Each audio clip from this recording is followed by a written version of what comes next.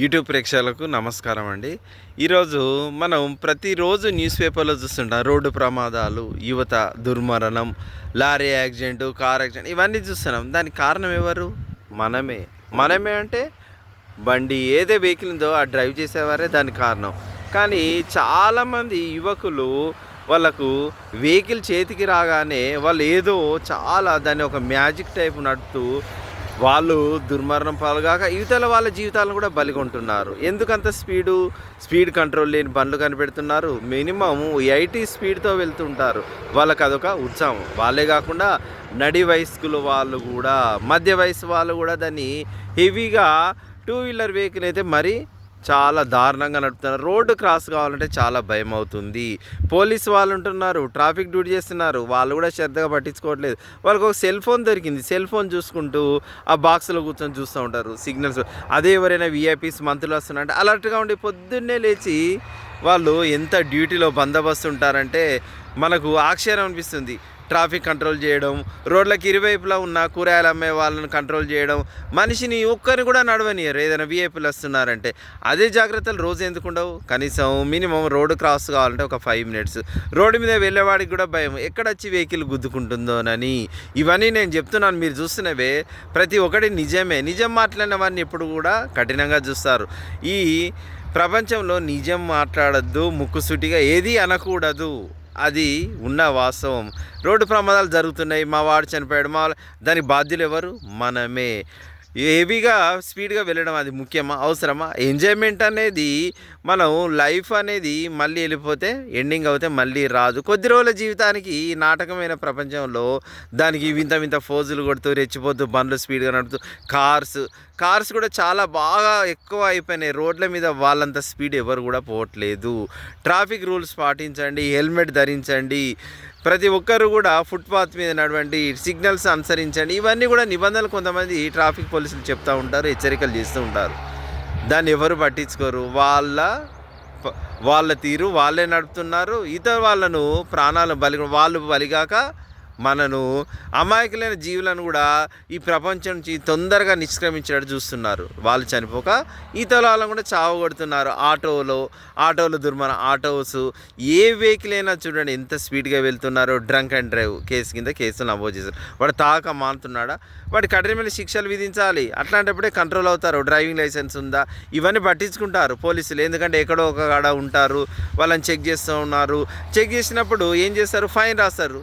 ఆ ఫైన్ ఒక రోజుకే, మళ్ళీ నెక్స్ట్ డే. అంటే వాళ్ళ విధులు నిర్వర్తిస్తున్నారు, కానీ చేసేవాడు ఎప్పుడు కంట్రోల్ కావట్లేదు. కంట్రోల్ కావాలి. కంట్రోల్ లేనప్పుడే యాక్సిడెంట్ సార్. ఇప్పుడు 2025 వచ్చింది, మళ్ళీ ఇయర్ ఎండింగ్ 26 వరకు చూడండి. మళ్ళీ ఈ సంవత్సరంలో జరిగిన పరిణామాలు, యాక్సిడెంట్స్ ఎన్ని, ఏ విధంగా జరిగినాయి ఒక న్యూస్లో ఇస్తూ ఉంటారు మీడియా వాళ్ళు. కానీ ఇవన్నీ కంట్రోల్ చేసుకున్న బాధ్యత ఎవరి మీద? మన మీద మాత్రమే ఉంది. అవి ఆలోచించుకొని వెహికల్స్ జాగ్రత్తగా నడపాలి. ఎవరు నడుపుతున్నారు? ఎవ్వరూ లేదు. చెప్పేవాడే దుర్మార్గుడు.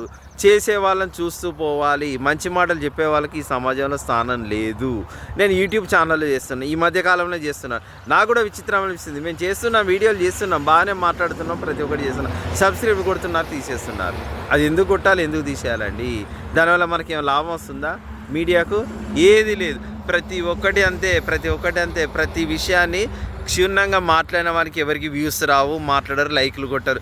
ఏదో వింతగా ముఖానికి మేకప్ వేసుకొని వచ్చిరాని డైలాగ్స్తో మాట్లాడిన వానికే లైక్ చేస్తారు ప్రతి ఒక్క విషయం. నేను ఈ టాపిక్ మళ్ళీ ఇచ్చినందుకు నన్ను క్షమించండి. రోడ్డు ప్రమాదాలు జరగకుండా యువత సక్రమైన రీతిలో వెహికల్స్ నడపాలి. నేను నా విధంగా అంటే ఆ బండ్లు తయారు చేసేవాడు ఎవడో ఉన్నాడు, కానీ వాడికి స్పీడ్ కంట్రోల్ పెడితే ఎంత బాగుండో అనిపిస్తుంది. కార్స్ పొద్దున్న లేసేవాడు నెంబర్ ఆఫ్ కార్స్, ఎంత వెహికల్ స్పీడ్గా పోతున్నాడు, అంత స్పీడ్గా. వాడు ఎక్కడ పడేసేది తెలియదు, ఎక్కడ పోతున్నది తెలియదు. మనము ఈరోజు వచ్చిన మనిషి మళ్ళీ ఇంటికి చేరుకునేది అది నిజమా అబద్ధమా అనిపిస్తుంది. ఓసారి చూస్తే మన లైఫే నమ్మకం లేదు. జీవితమే మానవ జీవితం నీటి బుడగ లాంటిది. అట్లాంటి జీవితంలో ఇదంతా ఓవర్ యాక్టింగ్ ఎందుకండి? ఇదంతా ఓవర్గా చేయడం ఎందుకండి? ఇదంతా ప్రపంచంలో మన లైఫ్ కొద్ది రోజుల జీవితాన్ని సక్రమంగా కాపాడుకొని 100 ఏళ్ళలో కొద్ది రోజులైనా సంతోషంగా బ్రతికి నీ ఎంజాయ్మెంట్ చేయి. ఇతరుల ప్రాణాలు బలిగొంటున్నావు కదా. ఇది రోడ్డు ప్రమాదాలు జరగకుండా కంట్రోల్గా ఉండాలని నేను ఆకాంక్షిస్తున్నాను.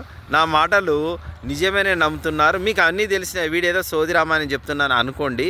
అనుకున్నా కూడా నేను వీడియోలో నా విషయాలు నాకు సంబంధించి నా మనసులోని అంశాలు మీకు వెలువరుస్తున్నాను.